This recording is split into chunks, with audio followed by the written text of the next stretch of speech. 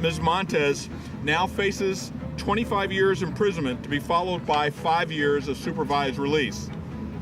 This plea should send a loud and clear message to anyone committing acts of espionage in this country that we will deal with them swiftly, and the price for compromising our country's security will be high.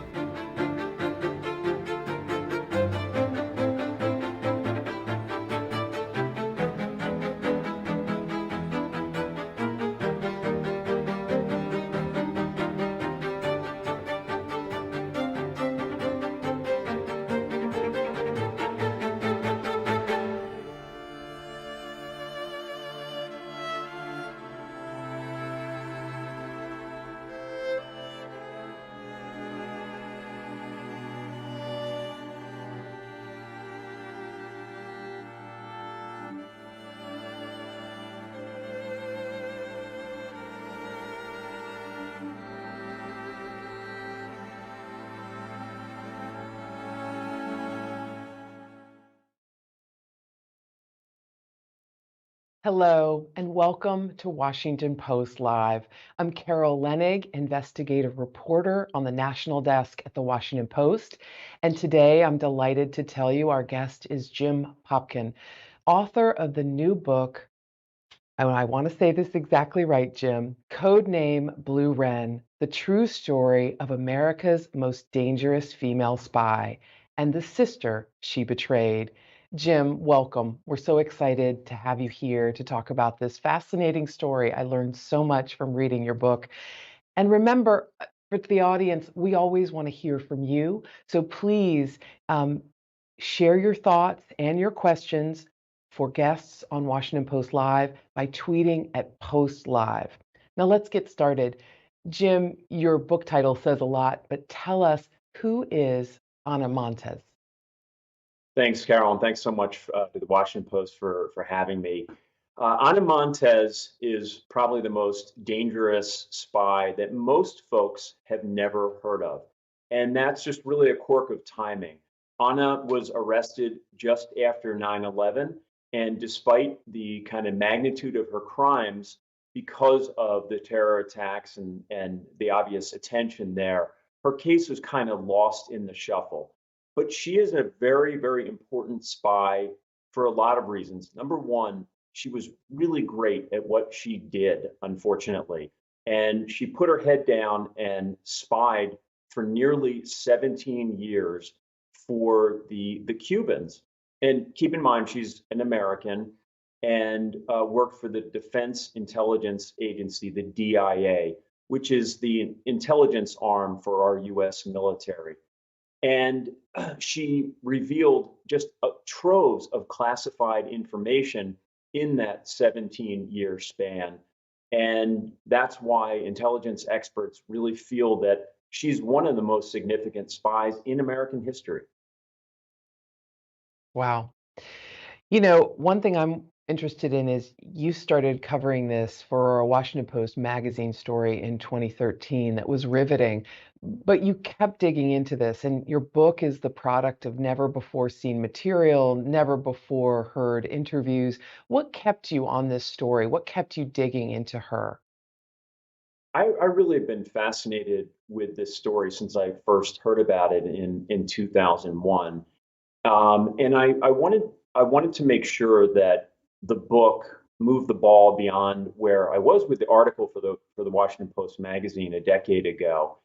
And so I did just keep reporting, talking to the family. Anna's some of her family members have been incredibly generous with their time and sharing family memoirs and photos and letters, as have many of Anna's friends and colleagues. And I was amazed at some of the nuggets that I learned. I thought I knew a lot about this story, and there were some great revelations along the way as I was writing the book. You know, at the height of her double agent career, so to speak, you know, while she was rising inside the DIA, getting awards, she was rising in Cuban government circles as this Queen of Cuba kind of spy.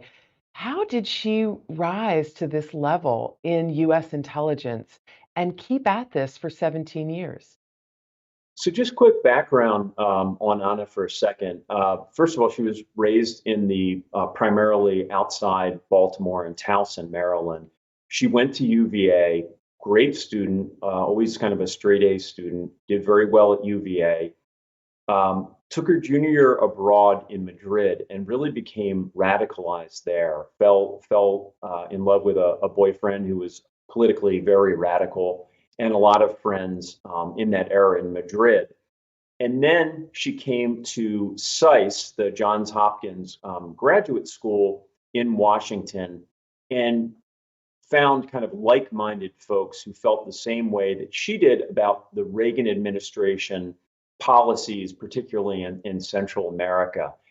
And that really, kind of set her on a path. But more to your point, Carol, she was just very, very competent. And she had, think of it this way, two jobs in those 17 years at DIA. Her day job was 9 to 5. She'd go to DIA, keep her head down. She would work right through lunch.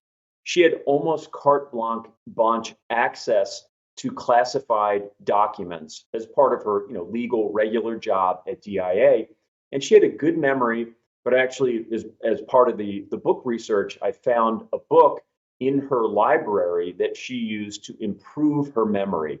And that was important because she never really took documents out of DIA. She didn't take that risk. Everything was in her head.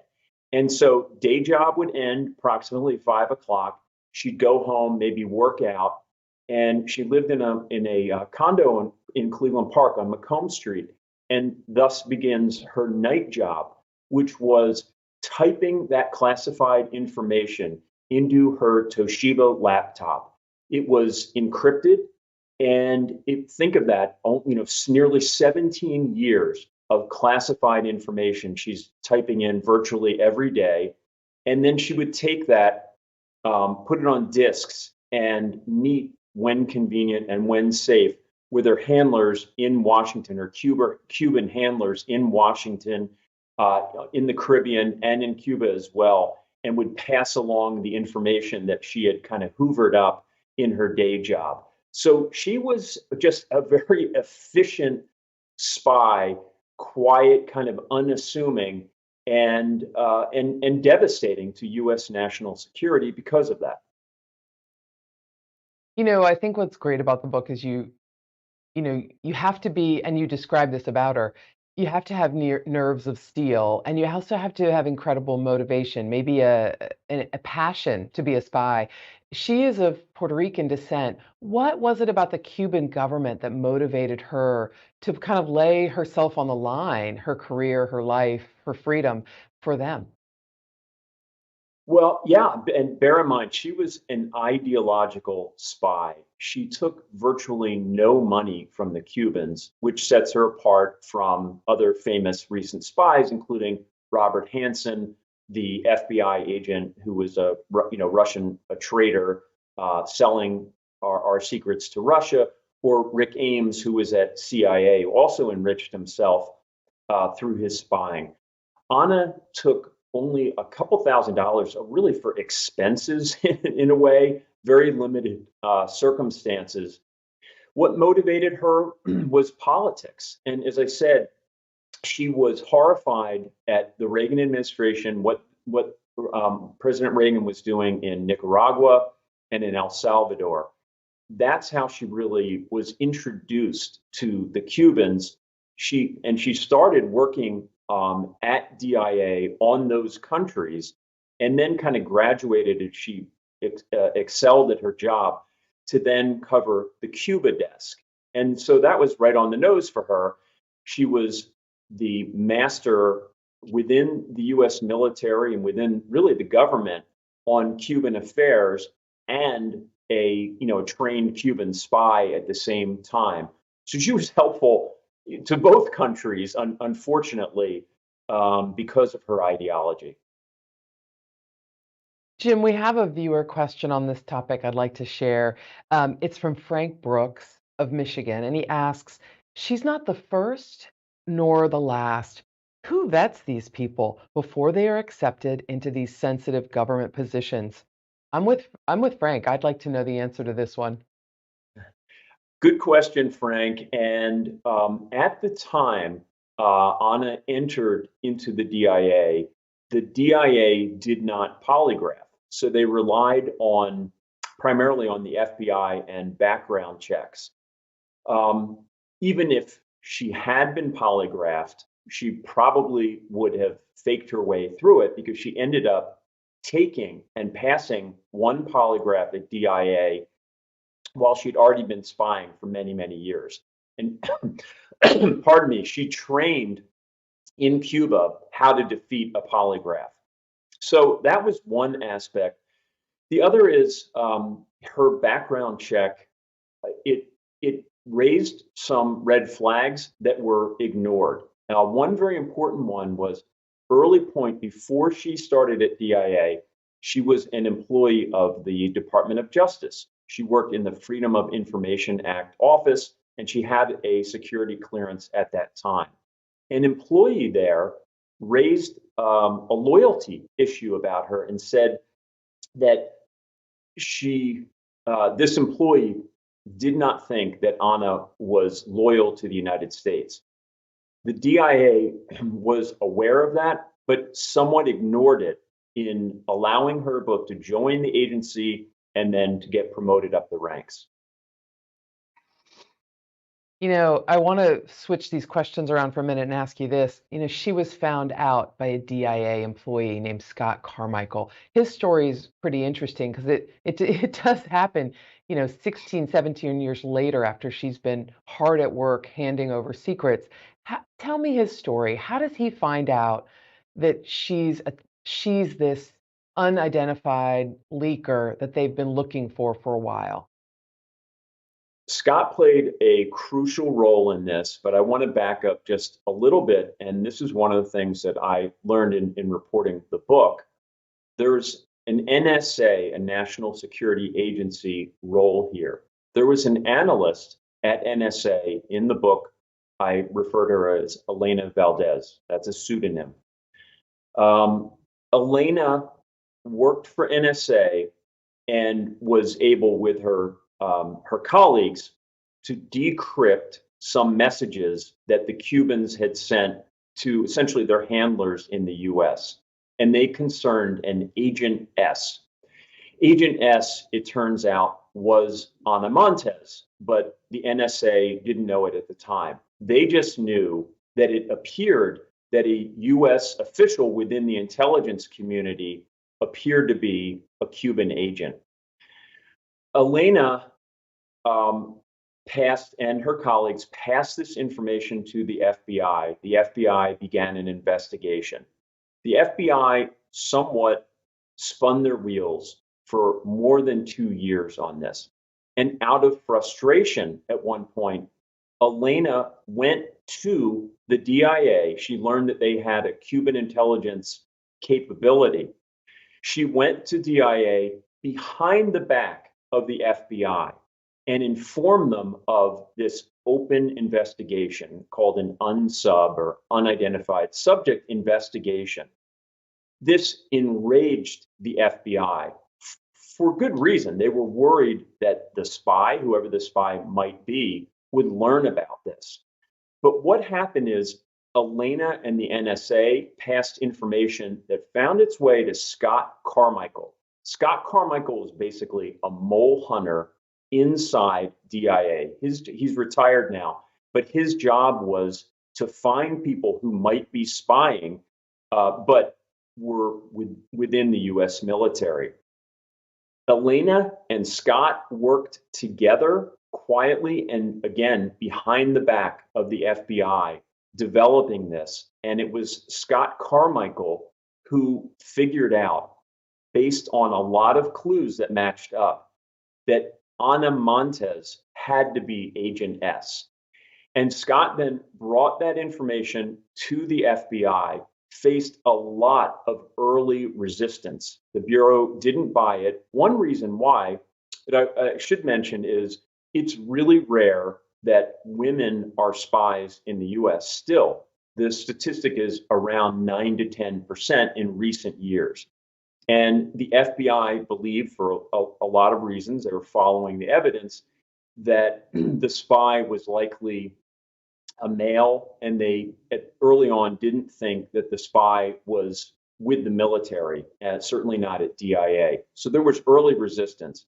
Scott kept pushing away, and ultimately he convinced the FBI to take a serious look at Ana Montes. And in late 2000, the FBI opened a full field investigation of her, which ultimately led to her arrest. And, I'm curious, how exactly was she receiving her orders from Cuba and passing along the secret information? You mentioned the great Toshiba laptop, her memory, how she wrote down everything from her own head at the end of the day. But how was she communicating back and forth? This is old school tech, but it works well. Um, it was shortwave radio transmissions. So, and it's fascinating. Actually, you can find this stuff online because people record it, and it's creepy and just really interesting to listen to. But there would be typically a woman in a recording studio in Havana, and she would read a series of 150 digits in little spaces of five. So in Spanish, little groups of numbers. And it would be broadcast on a shortwave radio frequency. Anna knew the frequency and she knew what time to listen. And so to the normal person, it's just gobbledygook, right? It's just a bunch of numbers. But Anna would record it. She had an earpiece and she would listen in her apartment in Cleveland Park, write it down, and then type it into her Toshiba laptop. And she had the crypto codes that would decode it. And that was primarily the way that the Cubans gave her instructions. And then also she was meeting with her handlers occasionally, so she would get notes from them as well. But I love that it's old school spy versus spy technology, and it worked. It sure did, and it went undetected for so long. So you write, one of the risks here is our own view about Cuba for so long, such a boogeyman, especially in the 60s. You write in the epilogue, there's a temptation to discount Cuba as a besotted old tiger, eager to harm the United States, but lacking the fangs and fury to pull off the job. How much of a threat, Jim, is Cuba to America today? Well, their military is not much of a threat at all, obviously, compared to, the might of the U.S. military. But their intelligence services are really good. They were trained by the Soviets, and they're very clever and crafty without a lot of money. They also, I had one FBI official say, they don't have any rules. There's no morality and no Congress keeping an eye on them. So it's a lot easier for them than it is for our own spy services. But they are very good. And there's no better example than Ana Montes. Think about this. She's recruited in graduate school by another student. Her name is Marta Velazquez. And I can reveal that because the Justice Department indicted her for this case in about a decade ago. So they have another student at SICE who's already working for them. She spots Anna, realizes that she's a pretty good candidate. And they encourage both women to travel to Cuba, which they do circuitously through Europe, fake passports, new clothes, meeting with handlers in Madrid and Prague on the way to Havana. They go to Havana, they get training, and then the Cubans basically help insert Ana into the Defense Intelligence Agency.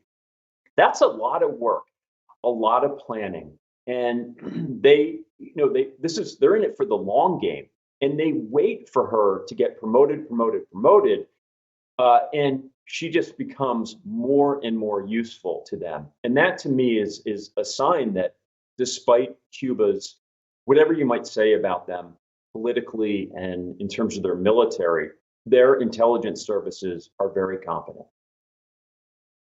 It's true. I mean, it's not like they groomed a mid-level or a senior person. They manufactured Anna based on your great reporting. We now know that they were telling her where to get jobs, which it shows a lot about their knowledge of our operation. That leads me to the critical question everybody's going to want the answer to.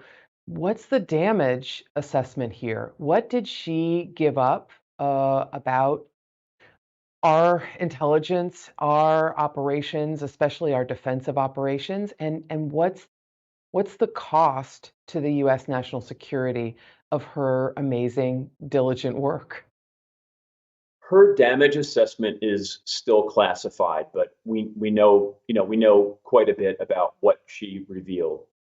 Number one, she revealed the true identities of American operatives working at that time in Cuba.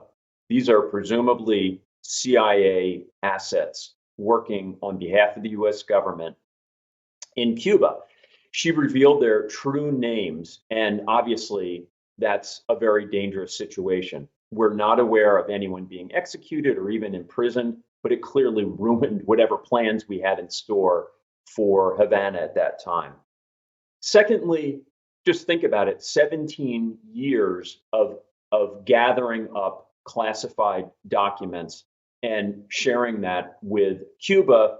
The problem there is it doesn't end in Cuba. Cuba both sells and trades information to our adversaries, to Russia and others. So that is dangerous in and of itself. And then finally, Ana revealed a super secret stealth satellite system that the US was operating, codename Misty, that she got read in on. She informed the Cubans. That satellite was going around the globe and spying successfully on China, Russia, Iran, and our other enemies, and also on Cuba. Ana reveals this to the Cubans, and it is believed that it stopped being effective.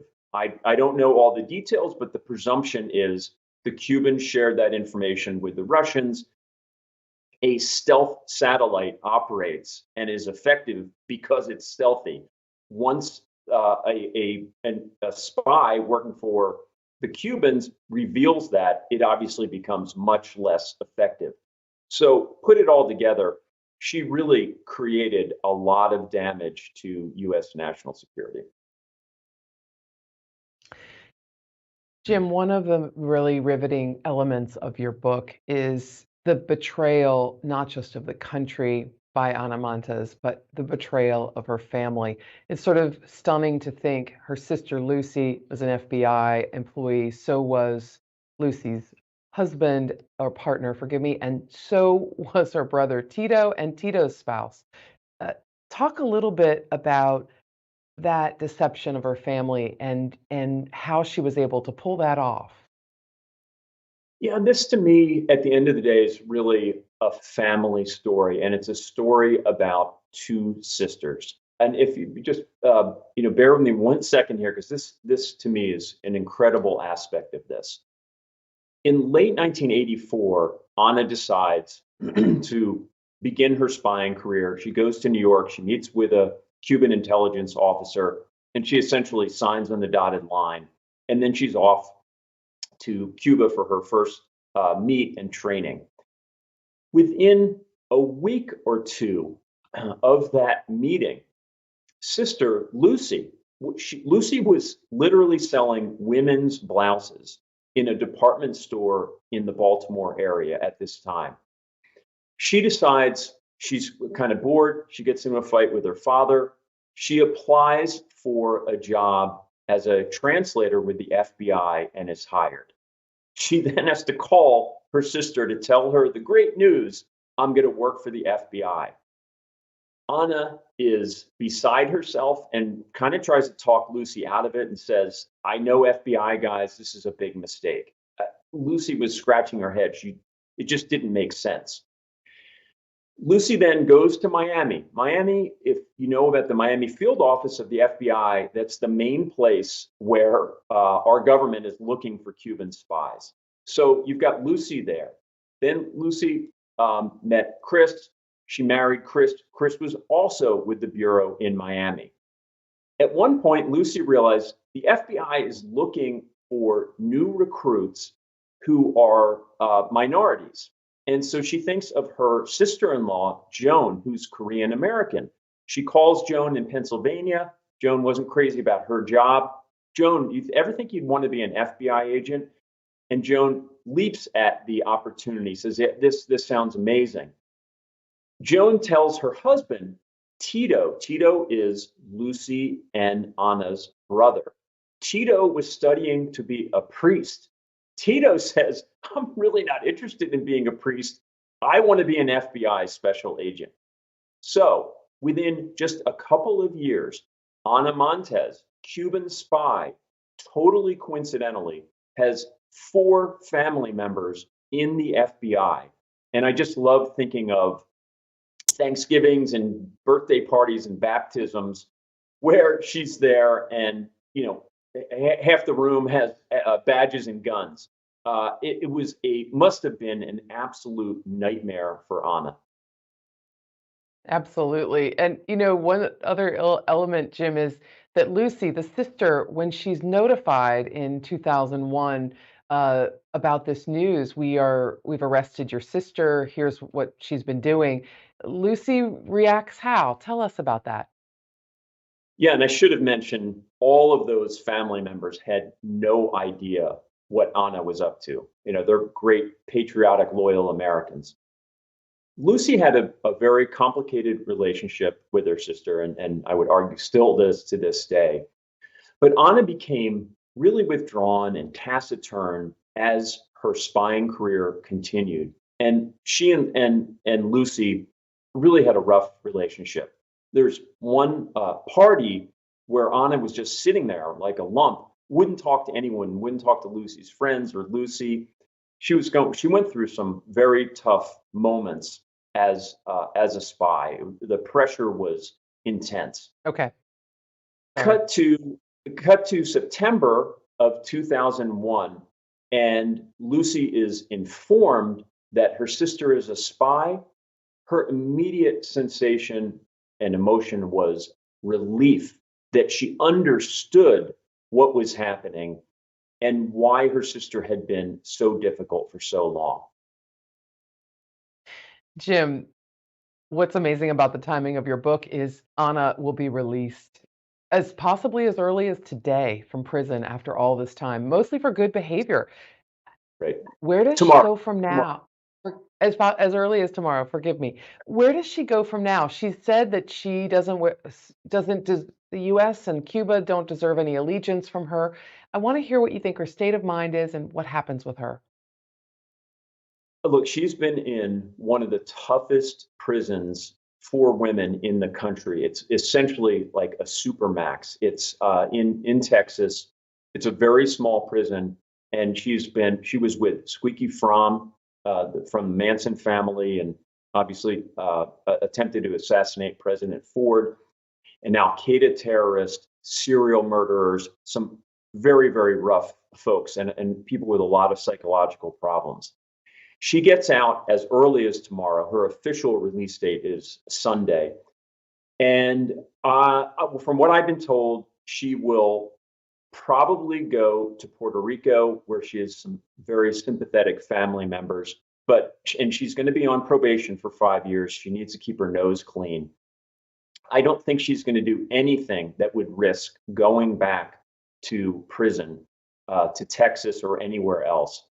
I think she will be quiet for a while and get her bearings. She's been in prison for 21 years and 3 months, and she has not gotten the Martha Stewart treatment in prison. She has really done hard time, and she's going to have quite an adjustment when she gets out into the regular world. Well, we'll be watching to see what you learn about it next. And thank you so much for joining us. Unfortunately, we've run out of time and have to leave it there. Code Blue Wren, great story. Thanks again, Jim. Thank you so much. Really appreciate it, Carol. And that's it for us. Thanks to all of you for joining us. Check out our interviews in the future coming up. Please head to WashingtonPostLive.com to find more information about all our upcoming programs. Again, I'm Carol Leonnig, and I thank you for being here.